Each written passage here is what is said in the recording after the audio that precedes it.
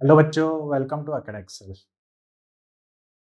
तो बच्चों, आज हम स्टार्ट करने जा रहे हैं फिजिकल केमिस्ट्री का बहुत ही ज़्यादा इंटरेस्टिंग टॉपिक जो है अपना थर्मोडायनेमिक्स।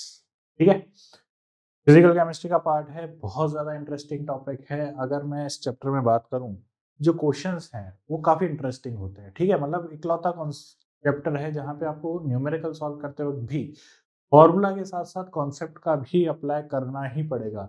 अदरवाइज आपका आंसर कुछ और आ रहा होगा और वो 100% आपको ऑप्शन में देखने को मिलेगा। अल्टीमेटली फॉर्मूला अप्लाई करके यहाँ पे आपको ऐड या सब्ट्रैक्ट करने वाली ही बात है।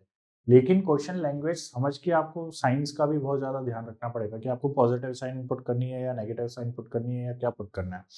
तो इसलिए मैं कह रहा हूँ इस चैप्टर में कॉन्सेप्ट्स का बहुत ज़्यादा ध्यान रखना। अगर मैं थर्मोडाइनमिक्स में अगर मैं बात करूँ थर्मोडाइनमिक्स में अगर मैं बात करूं तो नीट पॉइंट ऑफ व्यू से, नीट एग्जाम के पॉइंट ऑफ व्यू से हर साल आपको दो क्वेश्चंस तो देखने को ही मिलेंगे। दो क्वेश्चंस मिनिमम, टू क्वेश्चंस आपको हर साल देखने को ही मिल रहे होंगे। ठीक है, मतलब एक भी नहीं, दो तो देखने को ही मिलेंगे या फिर दो से ज्यादा देखने को मिलेंगे। ठीक है, और आप जानते हो इस साल सिलेबस रिड्यूस हुआ है तो दो से ज्यादा ही देखने को मिल सकते हैं क्योंकि काफी इंपॉर्टेंट चैप्टर है और बहुत मजेदार चैप्टर लगता है। मतलब one of the favourite chapter है ये फिजिकल केमिस्ट्री का। ठीक है, तो स्टार्टिंग में हमें कुछ टर्म्स वगैरह पढ़नी पड़ेगी, कुछ बातें पढ़नी पड़ेंगी। क्या क्या पढ़ना है, तो पहले तो थर्मोडायनेमिक्स का इंट्रोडक्शन पढ़ेंगे कि थर्मोडायनेमिक्स होता क्या है। उसके बाद ये टाइप्स ऑफ सिस्टम क्या होते हैं, सराउंडिंग क्या होती है, वगैरह वगैरह बातें। स्टेट ऑफ सिस्टम क्या होती है, थर्मोडायनेमिक प्रॉपर्टीज क्या होती है और टाइप्स ऑफ थर्मोडायनेमिक प्रॉपर्टीज क्या होती है। तो ये कुछ टर्म्स पढ़ेंगे, मतलब आज का लेक्चर जो है वो टर्म्स को डिफाइन करेगा। ठीक है, और ये भी जरूरी है टॉपिक, इसको भी फालतू में यूं इग्नोर मत कर देना क्योंकि फिर ये चीजें तुम छोटी छोटी बातें इग्नोर करते हो, फिर बाद में जब क्वेश्चंस करने जाते हो तो क्वेश्चंस की लैंग्वेज ही समझ में नहीं आ रही होती। ठीक है, तो ये चीजें मत करना, इन चीजों को इग्नोर मत करना, इंपॉर्टेंट है ये चीजें भी। तो चलो स्टार्ट करते हैं इंट्रोडक्शन से। ठीक है, थर्मोडायनामिक के इंट्रोडक्शन की अगर मैं बात करूं तो थर्मोडायनामिक्स, थर्मो का मतलब क्या होता है? देखो, थर्मो का मतलब होता है हीट। ठीक है, हीट, और डायनामिक्स का मतलब होता है मोशन। ठीक है, मोशन या, तो बेसिकली थर्मोडायनेमिक्स में हम हीट के मोशंस की बात कर रहे होते हैं या हीट को हम एज ए यहाँ पे एनर्जी भी मान के चल रहे होते हैं। ठीक है, क्या मान के चलते हैं? एनर्जी भी मान के चलते हैं। बात समझ में आ रही है? तो थर्मोडायनेमिक्स वो ब्रांच है जहां पर हम एनर्जी के एक्सचेंज की बात कर रहे होते हैं। ठीक है, तो thermodynamics is a branch where we deal with the exchange of energy. We deal with the exchange of energy. Exchange of energy from one body to another body.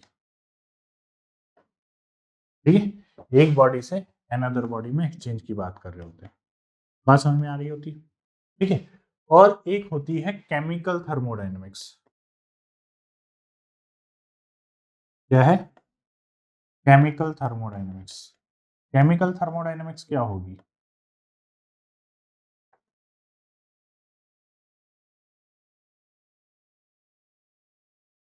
Chemical thermodynamics क्या होगी? केमिकल थर्मोडायनेमिक्स बेसिकली वो branch होगी जहां पर हम energy exchange की बात तो कर रहे हैं लेकिन पर्टिकुलर किसी केमिकल रिएक्शन में बात कर रहे हैं। ठीक है, तो ये भी deals with the exchange of energy. किससे डील कर रहा है? Exchange of energy. किसमें? लेकिन इन अ केमिकल रिएक्शन। किसमें? केमिकल रिएक्शन में। बात समझ में आ रही? Is called chemical thermodynamics. क्या बोलते हैं इसको? Chemical thermodynamics.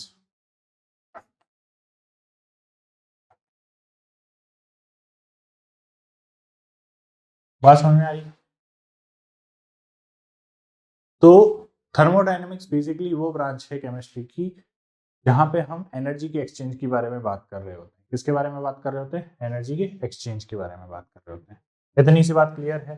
ठीक है, इंट्रो आपका क्लियर है?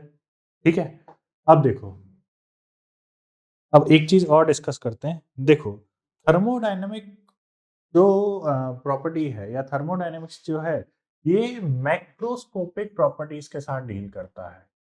मैक्रोस्कोपिक प्रॉपर्टीज के साथ डील करता है। कहने का मतलब क्या है? कहने का मतलब ये है कि ये जो इंफॉर्मेशन देगा, यानी कि थर्मोडायनेमिक्स जो हमें इंफॉर्मेशन देती है, वो क्या इंफॉर्मेशन देती है? पहले मैक्रोस्कोपिक पार्टिकल्स के साथ डील करते हैं, यानी कि जैसे टेम्परेचर के बारे में डील करेगा ये, प्रेशर के बारे में डील करेगा ये, ठीक है, वॉल्यूम के बारे में डील करेगा, ठीक है, यानी कि मैक्रोस्कोपिक पार्टिकल यानी कि बल्क मैटर की बात करेगा। किसकी बात करेगा?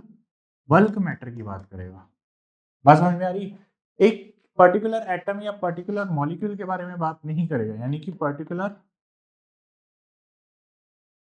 एटम या मॉलिक्यूल के बारे में बात नहीं करते यहाँ पर हम, ठीक है, हम पूरे मैटर के बारे में बात करते हैं, यानी कि पूरे मैटर को कंसीडर करके हम बात करते हैं। बात समझ में आ रही है? माइक्रोस्कोप लेवल पे बात नहीं करते, मैक्रोस्कोप लेवल पे बात करते हैं थर्मोडायनेमिक्स के अंदर। ठीक है, तो जैसे आप टेम्परेचर देखते हो तो ओवरऑल बॉडी का टेम्परेचर देखते हो, किसी पर्टिकुलर एटम का टेम्परेचर थोड़ी देखते हो, या किसी पर्टिकुलर एटम पे कितना प्रेशर पड़ रहा है ये थोड़ी देखते हो। आप पूरा ओवरऑल मैटर पे या ओवरऑल बॉडी पे कितना प्रेशर पड़ रहा है ये बात देखते हो। बात समझ में आ रही है? नेक्स्ट बात समझो। नेक्स्ट नेक्स्ट पॉइंट ये है कि थर्मोडायनेमिक्स आपको क्या इंफॉर्मेशन देती है। ठीक है, सबसे इंपॉर्टेंट चीज, तो थर्मोडायनेमिक्स आपको इंफॉर्मेशन देती है कि inform about whether the reaction will take place or not, whether the reaction takes place or not, takes place or not, and also inform about the exchange of energy। ठीक है, कि भाई जब भी रिएक्शन हुई है तो उस दौरान एनर्जी का कितना एक्सचेंज हुआ है, कितने अमाउंट ऑफ एनर्जी एमिट हुई है या कितनी अमाउंट ऑफ एनर्जी एब्जॉर्ब की गई है, तो उस बारे में ये इन्फॉर्मेशन देगा। ठीक है, अब वो एनर्जी हीट के फॉर्म में भी हो सकती है, एंट्रोपी के फॉर्म में भी हो सकती है। एंट्रोपी हालांकि एनर्जी नहीं है, अलग चीज है। तो मतलब हीट के फॉर्म में हम जनरली बात करते हैं, तो कितनी हीट एमिट होगी या कितनी हीट एब्जॉर्ब होगी, वो सारी इन्फॉर्मेशन देता है। बात समझ में आ रही है? ठीक है, अब किस बारे में ये इन्फॉर्म नहीं दे पाता, क्या इसके ड्रॉबैक हैं? तो इसके ड्रॉबैक हैं कि ये इन्फॉर्म नहीं दे पाता कि about it can not inform about rate of reaction. ठीक है, रिएक्शन की रेट के बारे में ये इन्फॉर्म नहीं कर पाता कि रिएक्शन किस रेट से मूव करेगी या किस रेट से प्रोसीड करेगी, इस बारे में ये कोई इन्फॉर्मेशन नहीं देता हमें। तो बात समझ में आ रही है कि थर्मोडायनेमिक्स जो है वो किस पार्ट पे डील करता है, ठीक है, किस बारे में इंफॉर्मेशन देता है, किस बारे में इंफॉर्मेशन नहीं दे पाता। तो सबसे मेन इंफॉर्मेशन जो थर्मोडायनेमिक्स हमें देता है वो ये देता है कि कोई भी केमिकल रिएक्शन होगी कि नहीं होगी, इसी बारे में इंफॉर्मेशन मिलती है हमें। बात समझ में आ रही है? ठीक है, अब देखो, जब हीट एक्सचेंज हो रही होगी, एक बात बताओ, जब हीट एक्सचेंज हो रही होगी तो एक बॉडी से निकल रही होगी दूसरी बॉडी पे जा रही होगी, ऑब्वियसली बात है। तो जिससे निकल रही है या जिसमें जा रही है हमें किसी पर्टिकुलर मैनर में बात करनी पड़ेगी ना। जैसे फॉर एग्जांपल अभी सर्दी का माहौल है तो तुम्हें सर्दी लग रही है, ठीक है, अब तुम्हें सर्दी लग रही है तो इसका मतलब क्या है, तुम्हारी बॉडी हीट रिलीज कर रही होगी या एब्जॉर्ब कर रही होगी जब तुम्हें सर्दी लगेगी। तो कॉमन सेंस वाली बात है कि तुम्हें सर्दी लग रही है, इसका मतलब हीट जो है तुम्हारी बॉडी से रिलीज हो रही होगी, ठीक है, तभी तो तुम्हारा टेम्परेचर गिरेगा। पर्टिकुलर बॉडी में से अगर हीट रिलीज होगी तभी तो उसका टेम्परेचर गिरेगा। कॉमन सेंस वाली बात है, सही बात है, ठीक है। तो अब देखो, जो तुम में से हीट निकल रही है वो कहाँ जा रही है, आसपास सराउंडिंग में जा रही है, ऑब्वियसली बात है। तो यानी कि आपने यहाँ पर सिस्टम किसको माना, खुद को या बॉडी को, ठीक है, जिस बॉडी में से एनर्जी निकल रही है, ठीक है, या हीट निकल रही है, तो जो प्रोसेस हम ऑब्जर्व कर रहे हैं ठंड लगने का, वो ठंड किसको लग रही है? सराउंडिंग को थोड़ी लग रही होगी, तुम्हें लग रही है, बॉडी को लग रही है। तो बॉडी जो है वो सिस्टम हो गया। तो जिस चीज को भी आप ऑब्जर्व कर रहे हो, ठीक है, या जिस पे भी तुम एक्सपेरिमेंट ऑब्जर्व कर रहे हो, वो तुम्हारा क्या हो गया? सिस्टम। बात समझ में आ रही है? ठीक है। तो सिस्टम क्या हो गया? ये पर्टिकुलर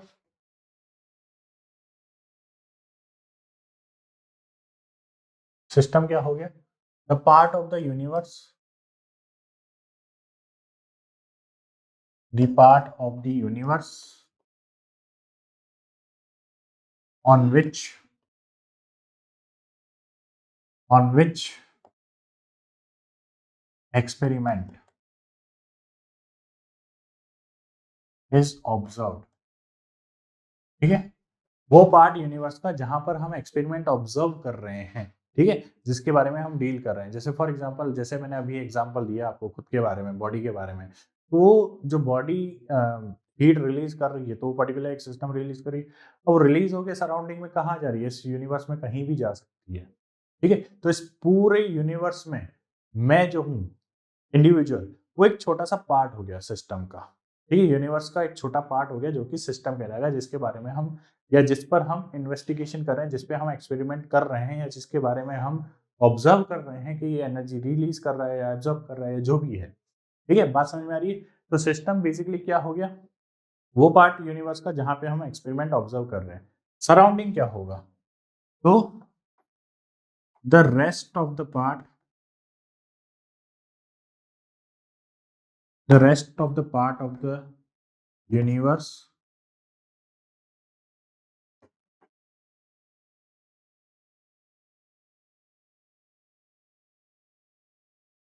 remaining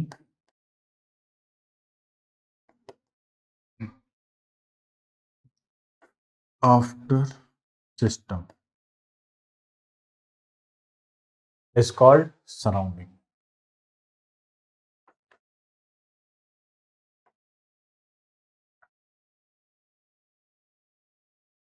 ठीक है, यानी कि यूनिवर्स को छोड़, मतलब सिस्टम को छोड़ के बाकी जो सारा पार्ट है, ठीक है, सिस्टम को छोड़ के बाकी जो सारा पार्ट है, उसको हम क्या बोलेंगे? सराउंडिंग। ठीक है, क्या बोलेंगे? सराउंडिंग। तो क्या मैं ये कह सकता हूं, तो क्या मैं ये कह सकता हूं कि system plus surrounding, system plus surrounding, ये मिलके यूनिवर्स बना रहा होगा? क्या बना रहा होगा? यूनिवर्स बना रहा होगा।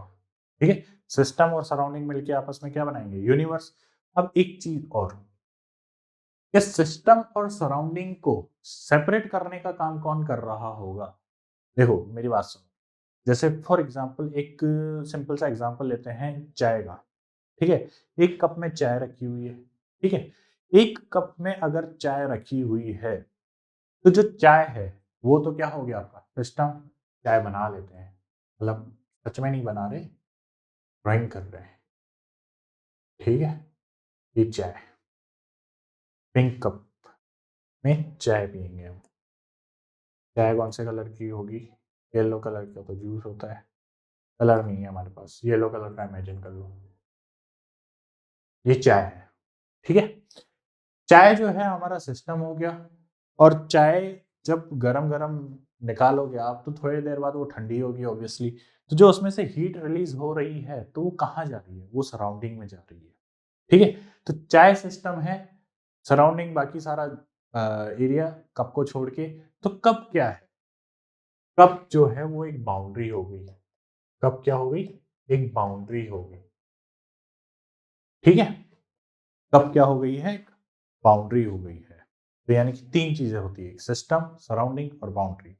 ठीक है, सिस्टम क्या होता है? जिसपे हम एक्सपेरिमेंट ऑब्जर्व कर रहे हैं।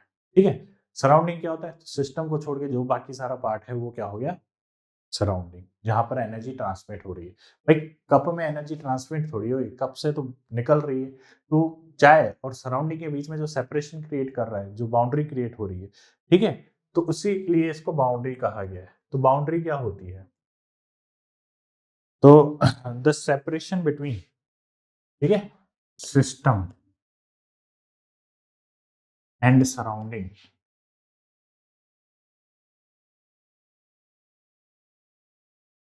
आर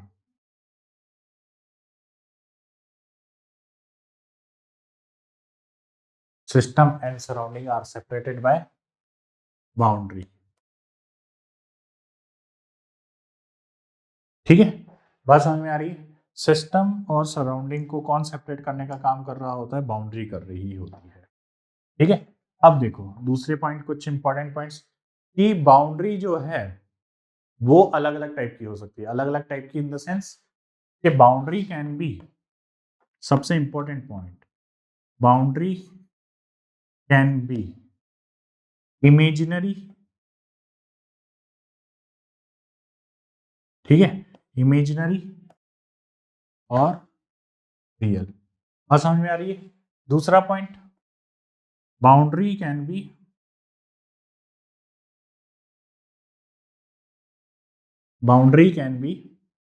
रिजिड और नॉन रिजिड, यानी कि जरूरी नहीं है कि बाउंड्री एक जगह टिकी हुई हो, हम उसको मूव भी कर सकते हैं। जैसे मूवेबल पिस्टन वगैरह होते हैं वैसे हम मूव वगैरह भी कर सकते हैं। बात समझ में आ रही है? ठीक है, उसके बाद दूसरी चीज, boundary can be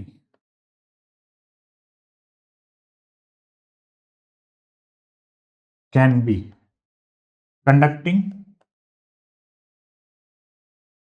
and non conducting.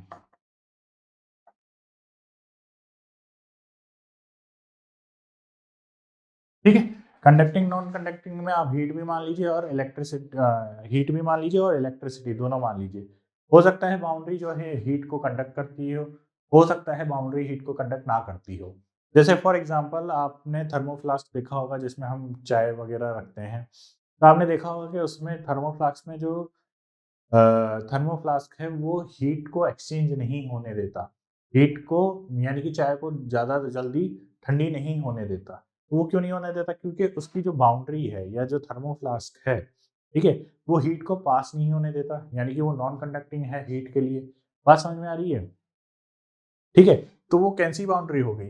वो नॉन कंडक्टिंग बाउंड्री हो गई। बात समझ में आ रही है? और जैसे मान लीजिए अगर आप नॉर्मल कप वगैरह में रखते हो ढक के, तो वो ठंडी हो जाती है क्योंकि वो कंडक्टिंग, वो जो कप है वो हीट को पास होने देता है। ठीक है, वो कंडक्टिंग मटेरियल का बना हुआ है। बात समझ में आ रही है? तो बाउंड्री दोनों हो सकती है, कंडक्टिंग भी और नॉन कंडक्टिंग भी। बात समझ में आ रही है? ठीक है, अब देखो, तो यानी कि एग्जाम्पल से आपको समझ में आ गया होगा कि मैं क्या बारे में बात कर रहा हूँ। ठीक है, नेक्स्ट आगे देखो, types of system. Type of system यानी कि सिस्टम, जैसे अभी हमने बात करी थी, तो टाइप्स ऑफ सिस्टम क्या होते हैं? तो सिस्टम अलग अलग टाइप के होते हैं। एक हो सकता है ओपन सिस्टम,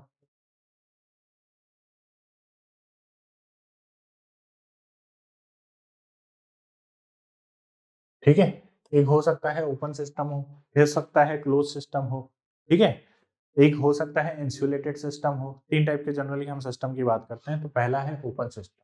ओपन सिस्टम क्या बात करता है?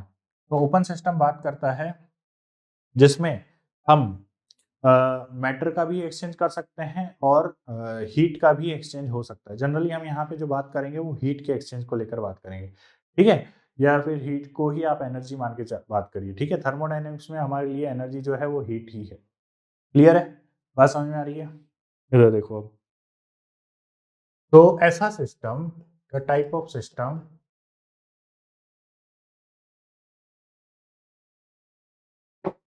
in which both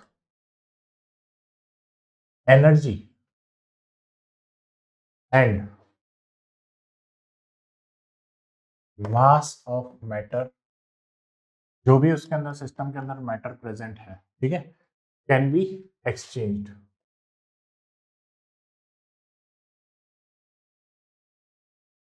is called open system. क्या बोलेंगे उसको? ओपन सिस्टम बोलेंगे। बात समझ में आ रही है?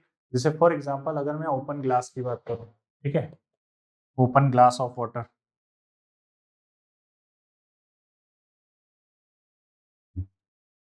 एग्जाम्पल की अगर मैं बात करूं, तो ओपन ग्लास ऑफ वाटर, ये किसका एग्जाम्पल हो गया? ओपन सिस्टम का।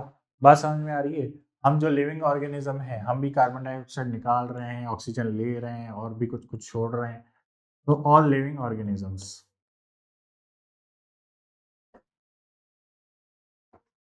All living organisms are example of क्या बोलते हैं, ओपन सिस्टम की। बात समझ में आ रही है? ठीक है, तो open system I think clear है। अगला एग्जांपल, और क्या होते हैं, और क्या पॉसिबल है? Closed system. ठीक है, नेक्स्ट क्या है? Closed system. क्लोज सिस्टम क्या होगा? क्लोज सिस्टम ऐसा सिस्टम होगा जिसमें एनर्जी और मैटर दोनों का एक्सचेंज हो सकता है। ठीक है, सॉरी, क्लोज सिस्टम क्या हो रहा है? क्लोज सिस्टम क्या होगा? क्लोज सिस्टम ऐसा सिस्टम होगा जिसमें द टाइप ऑफ सिस्टम जिसमें एनर्जी का तो एक्सचेंज हो रहा है लेकिन मास ऑफ मैटर का एक्सचेंज नहीं होगा। The type of system in which energy can be exchanged। ठीक है, energy can be exchanged but mass of matter can not be exchange. ठीक है, मास ऑफ मैटर हम एक्सचेंज नहीं कर सकते।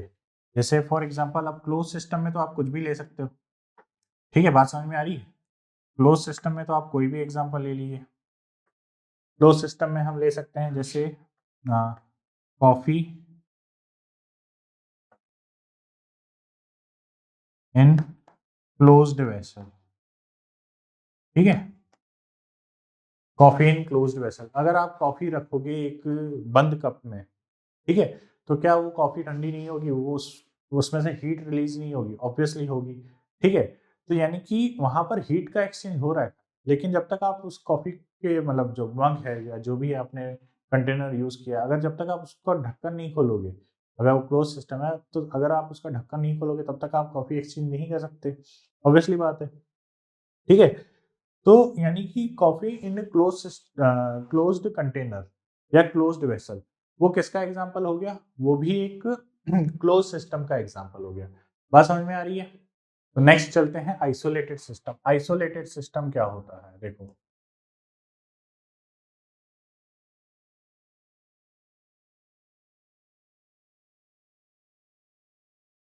ठीक है, आइसोलेटेड सिस्टम क्या होता है? तो आइसोलेटेड ऐसा सिस्टम है जिसमें से ना तो एनर्जी एक्सचेंज हो पाती है ना ही मैटर का एक्सचेंज हो पाता है। तो आइसोलेटेड ऐसा सिस्टम है, the system through which both energy as well as mass cannot be exchanged।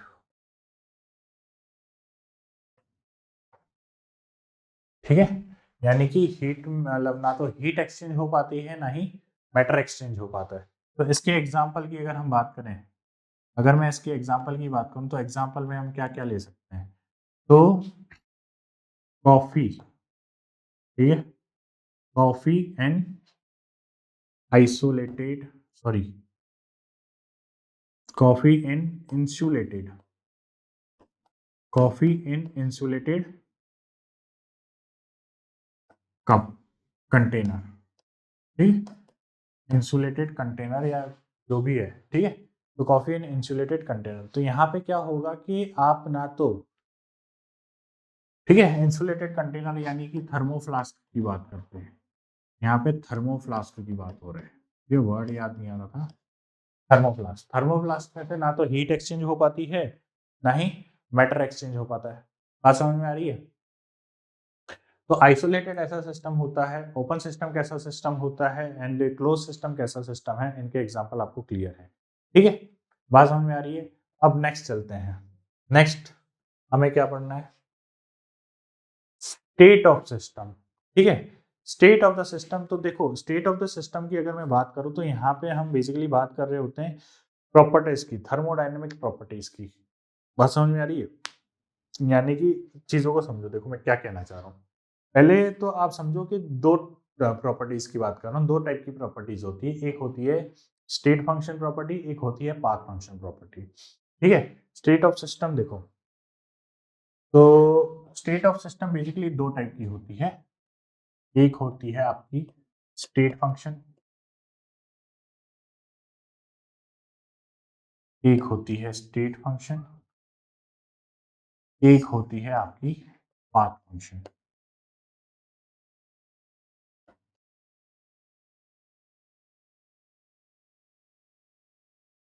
State function and path function. State function property कौन सी होती है, जो कि सिर्फ और सिर्फ स्टेट पे डिपेंड करती है। स्टेट पे मतलब ऐसा नहीं राज्यों पे डिपेंड करती है। स्टेट का मतलब ये है कि इनिशियल स्टेट और फाइनल स्टेट, यानी कि कोई भी केमिकल रिएक्शन हुई है या कोई भी प्रोसेस हुई है, ठीक है, तो वो इनिशियल स्टेट से लेकर फाइनल स्टेट की पोजीशन पे डिपेंड करेगी। ठीक है, वो कौन से पाथ से मूव करी है, उसने लॉन्ग रूट लिया है, शॉर्ट रूट लिया है, उससे उसको कोई मतलब नहीं है। ठीक है, तो यानी कि स्टेट फंक्शन ऐसी प्रॉपर्टी होती है, द प्रॉपर्टी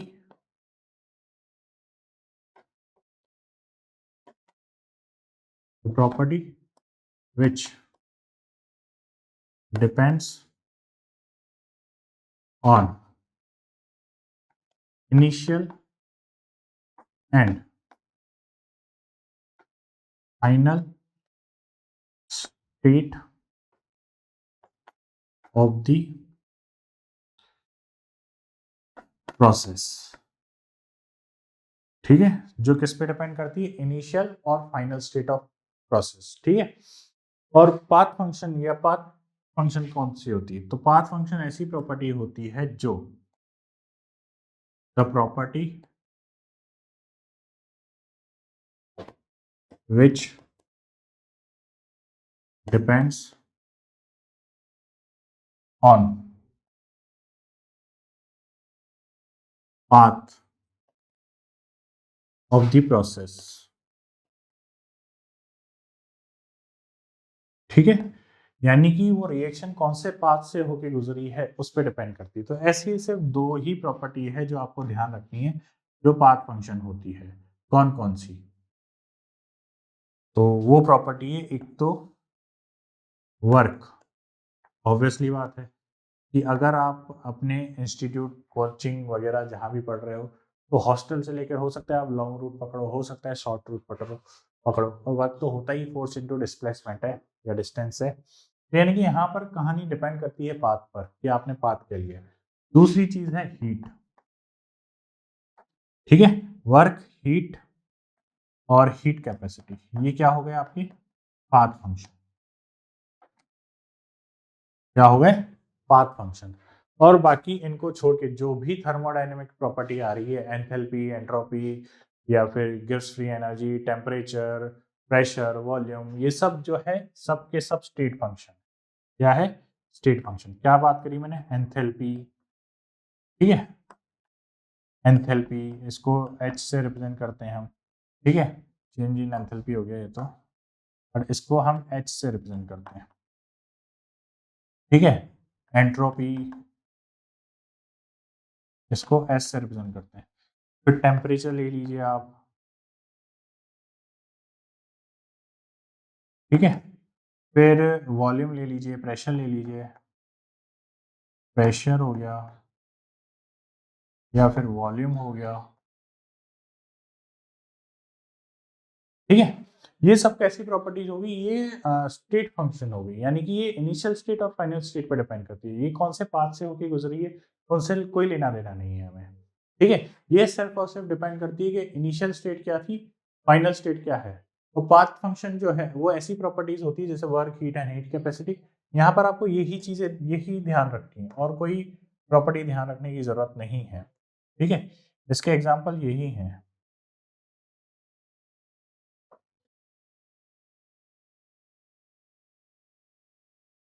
ठीक है, बात समझ में आ रही है?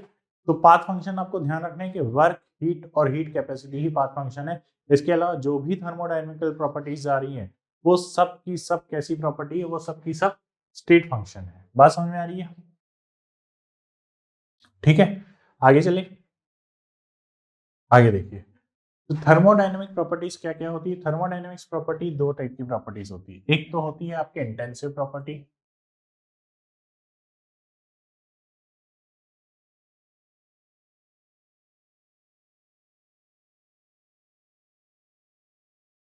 थर्मोडायनेमिक प्रॉपर्टीज क्या होती है? एक तो आपकी होती है इंटेंसिव प्रॉपर्टी और एक होती है आपकी इंटेंसिव प्रॉपर्टी। ठीक है, दूसरी क्या होती है आपकी इंटेंसिव प्रॉपर्टी और एक होती है आपकी एक्सटेंसिव प्रॉपर्टी। ठीक है, इंटेंसिव प्रॉपर्टी और एक्सटेंसिव प्रॉपर्टी। इंटेंसिव प्रॉपर्टी क्या होती है? ऐसी प्रॉपर्टी जो जो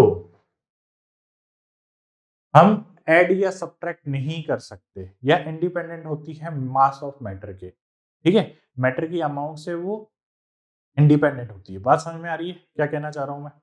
ठीक है, the properties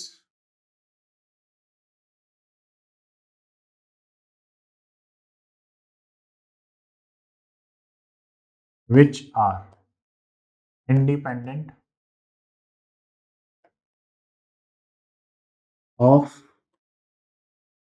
mass of matter. ठीक है, the properties which are independent of mass of matter are called intensive property, या यूं कह लो this property the intensive property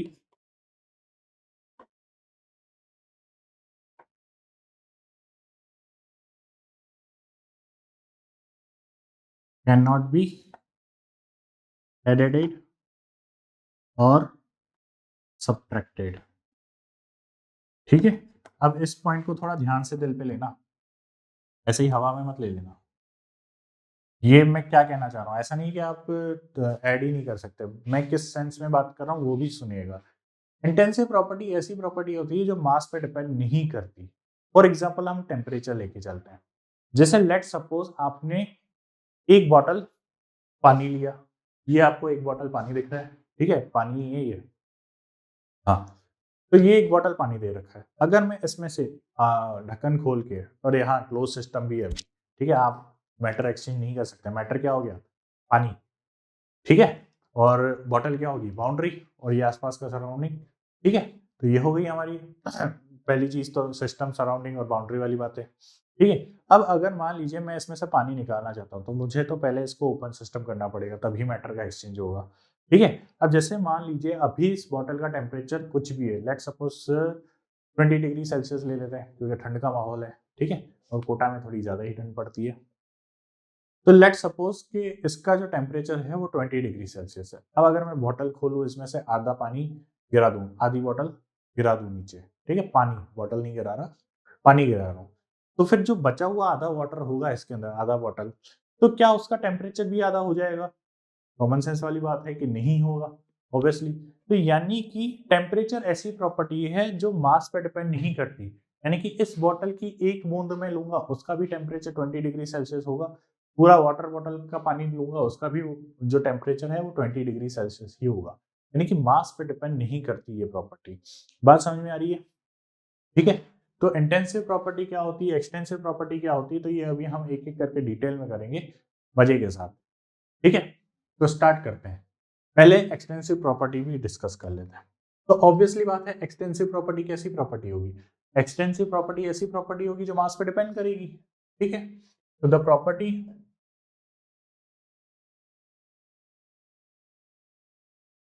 which depends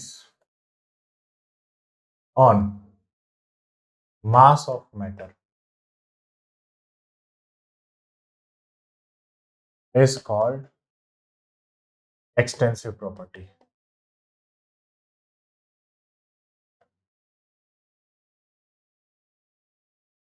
क्या बोलेंगे इसको? Extensive property. बात समझ में आ रही है? ठीक है, तो क्या हम एक्सटेंसिव प्रॉपर्टी को ऐड या सब्ट्रैक्ट कर सकते हैं? यस, ऑब्वियसली कर सकते हैं। ठीक है, द एक्सटेंसिव प्रॉपर्टी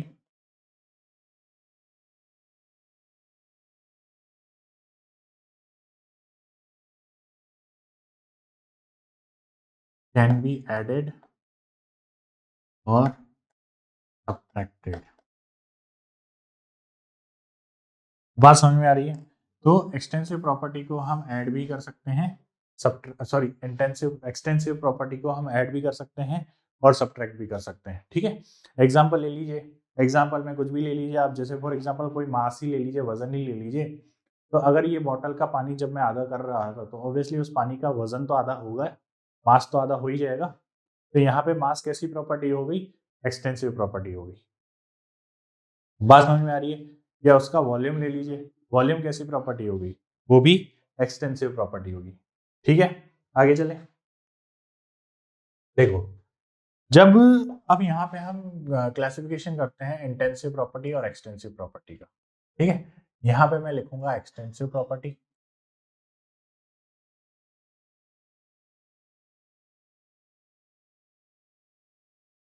यहाँ मैं लिखूंगा इंटेंसिव प्रॉपर्टी।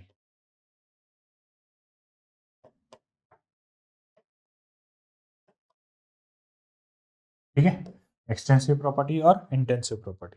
ठीक है, अब मैं एक एक नाम लेके जाऊंगा, आप वीडियो को पॉज ले लेना नाम लिखने के बाद, फिर सोचना कि वो इंटेंसिव प्रॉपर्टी होगी या एक्सटेंसिव प्रॉपर्टी होगी। तो सबसे पहले हम लेते हैं वॉल्यूम। वॉल्यूम क्या होगी? गैस, इंटेंसिव या एक्सटेंसिव? तो एक्सटेंसिव प्रॉपर्टी। ऑब्वियसली बात है कि जब हमने बॉटल का पानी आधा किया था तो उसका वॉल्यूम भी आधा हो गया होगा। आई बात समझ में? मोल्स, तो मोल्स भी है, जाहिर सी बात है कि एक्सटेंसिव प्रॉपर्टी होगी। ठीक है, अच्छा मोल्स तो हो गया, चलो ठीक है। फिर अगर मैं बात करूं मोल्स के बाद, अगर मैं बात करूं मोलर वॉल्यूम, मोलर वॉल्यूम क्या होगी? एक्सटेंसिव या इंटेंसिव?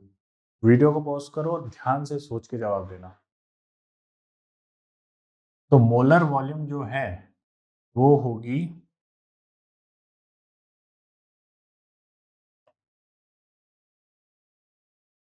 मोलर वॉल्यूम जो होगी वो इंटेंसिव प्रॉपर्टी होगी। कैसी प्रॉपर्टी होगी?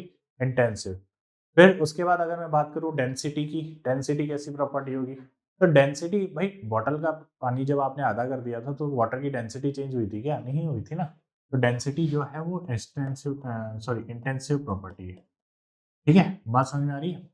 तो डेंसिटी हो गया।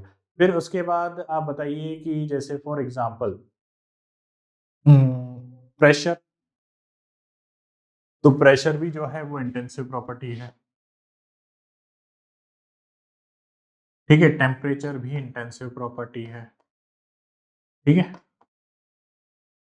फिर उसके बाद प्रेशर टेम्परेचर के बाद आप गिब्स फ्री एनर्जी के बारे में बात करिए। गिब्स फ्री एनर्जी आपने इलेक्ट्रोकेमिस्ट्री पढ़ी हो तो उसमें ऐड सब्ट्रैक्ट करते हो आप, तो गिब्स फ्री एनर्जी जो है वो एक्सटेंसिव प्रॉपर्टी है। गिब्स फ्री एनर्जी, ठीक है, गिब्स फ्री एनर्जी जो है एक्सटेंसिव प्रॉपर्टी है। फिर उसके बाद एंट्रोपी, तो एंट्रोपी भी, देखो ये एंट्रोपी वगैरह क्या है अगर आपको आइडिया नहीं है तो आप आगे इस टॉपिक्स को डिटेल में पढ़ोगे। ठीक है, चेंज इन एंट्रोपी हो गई ये, एंट्रोपी को हम एस से डिनोट करते हैं। ठीक है, गिब्स फ्री एनर्जी को हम जी से डिनोट करते हैं। ठीक है, और डेल्टा डेल्टा आप इसलिए देखते हो कि आप जनरली इनमें चेंज के बारे में बात कर रहे होते हो, इसके बारे में बात कर रहे हो, तो बात समझ में आ रही है? फिर उसके बाद अगर मैं बात करूं हीट कैपेसिटी, तो हीट कैपेसिटी भी एक्सटेंसिव प्रॉपर्टी है।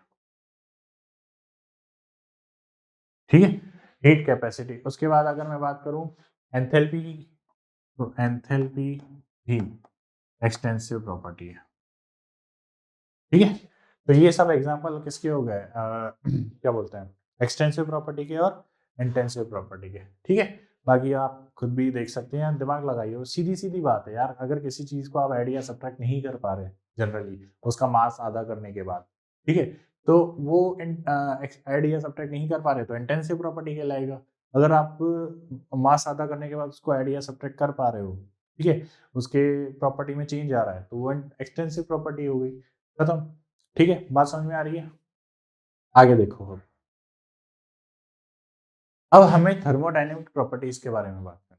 ठीक है, थर्मोडायनेमिक्स प्रॉपर्टीज में अगर हम बात करें तो अलग अलग प्रोसेसेस के बारे में बात करना है। तो सबसे पहले हम बात करते हैं isothermal process.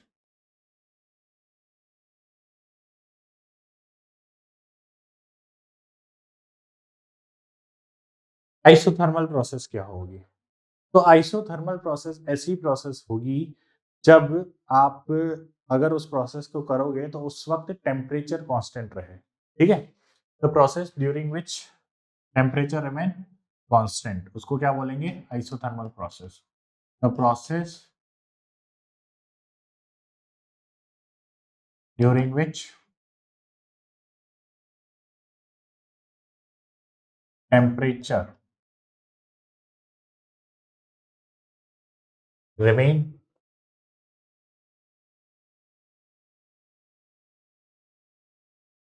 constant is called isothermal process.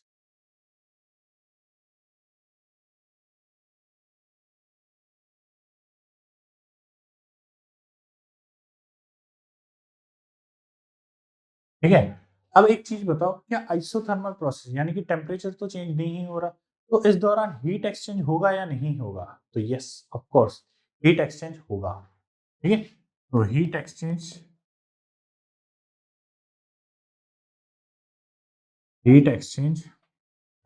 Can takes place.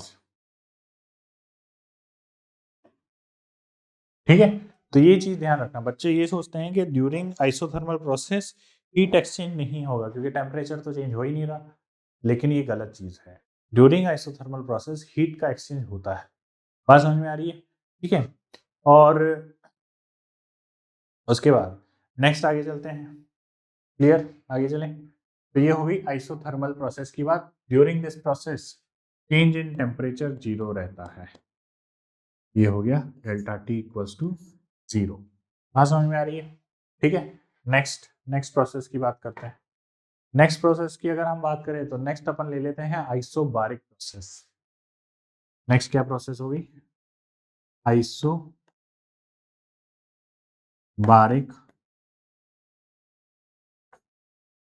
Isobaric process. Isobaric process क्या होगी? तो नाम से ही पता चल रहा है। देखो, आइसोबारिक प्रोसेस ऐसी प्रोसेस होगी जिस दौरान बार किसकी यूनिट है? बार प्रेशर की यूनिट है। तो यानी कि the process during which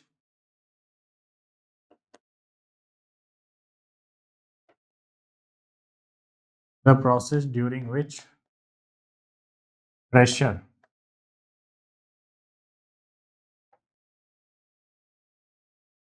the process during which pressure remain constant is called isobaric process. इसको क्या बोला जाता है? Isobaric process. ठीक है, तो यानी कि during this process change in pressure will remain zero.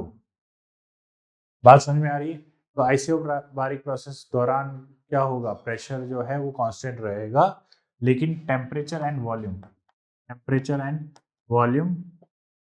Can be varied. ठीक है, और जहां यहाँ पे टेम्परेचर तो कांस्टेंट रहेगा, चेंज इन टेम्परेचर, लेकिन pressure and volume can be changed. बात समझ में आ रही? तो ये चीज आपको ध्यान रखनी है। ठीक है, तो आइसोथर्मल प्रोसेस ऐसी प्रोसेस जिसमें टेम्परेचर कांस्टेंट रहता है। आइसोबारिक प्रोसेस ऐसी प्रोसेस जिस दौरान प्रेशर कांस्टेंट रहता है। फिर नेक्स्ट प्रोसेस की अगर हम बात करें, नेक्स्ट प्रोसेस हम ले लेते हैं isochoric process.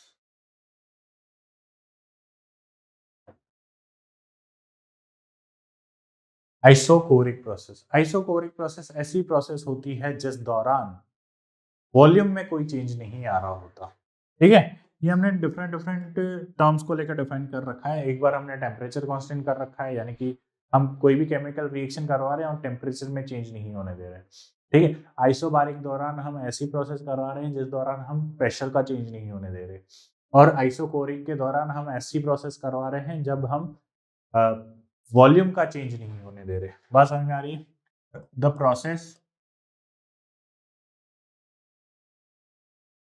Process during which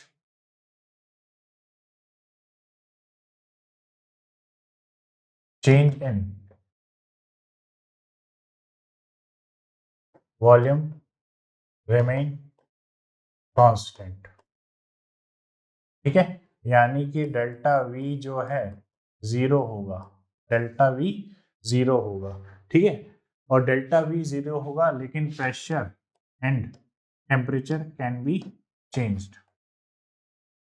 ठीक है, प्रेशर और टेम्परेचर और प्रेशर जो है वो चेंज हो सकते हैं।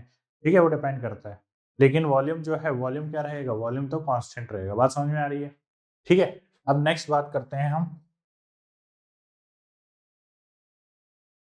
बात करते हैं adiabatic process.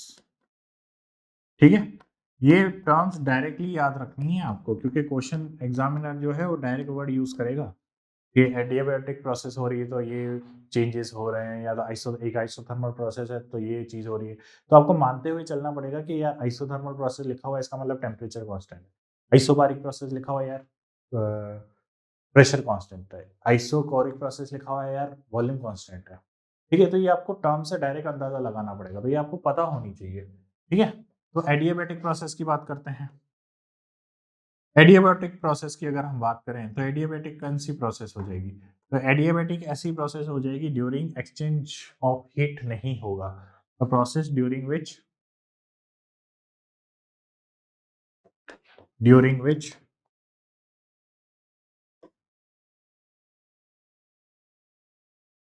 exchange of heat process during which exchange of heat remain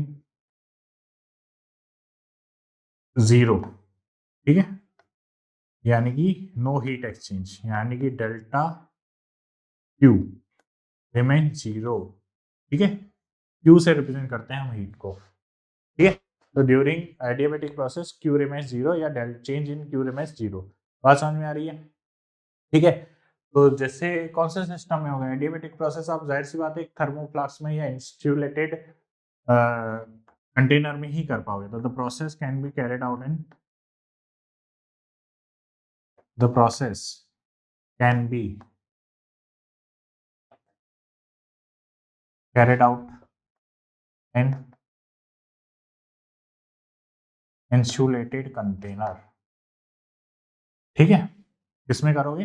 insulated container के अंदर ही आप एडियाबैटिक प्रोसेस कर सकते हो, अदरवाइज नहीं कर सकते। बात समझ में आ रही है?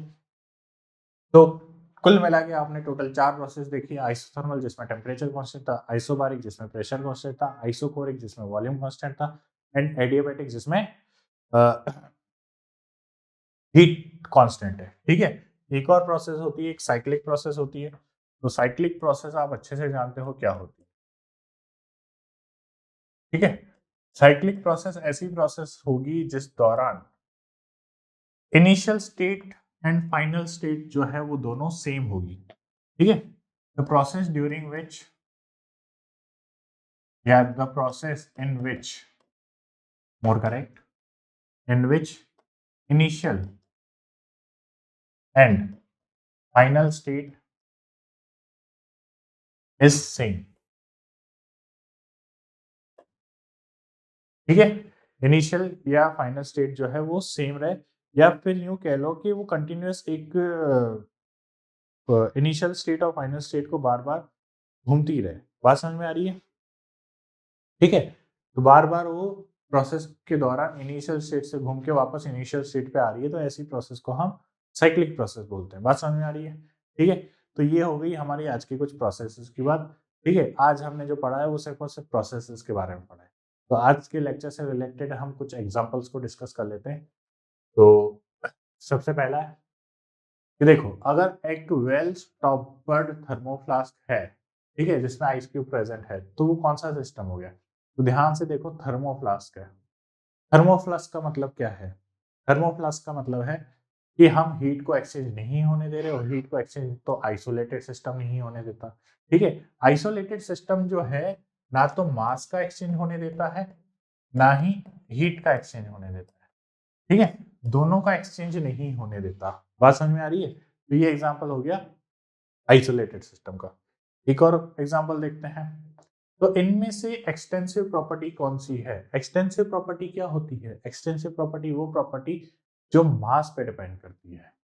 ठीक है, तो मास तो खुद डिपेंड करती है, ठीक है, एंथैल्पी भी और एनर्जी भी।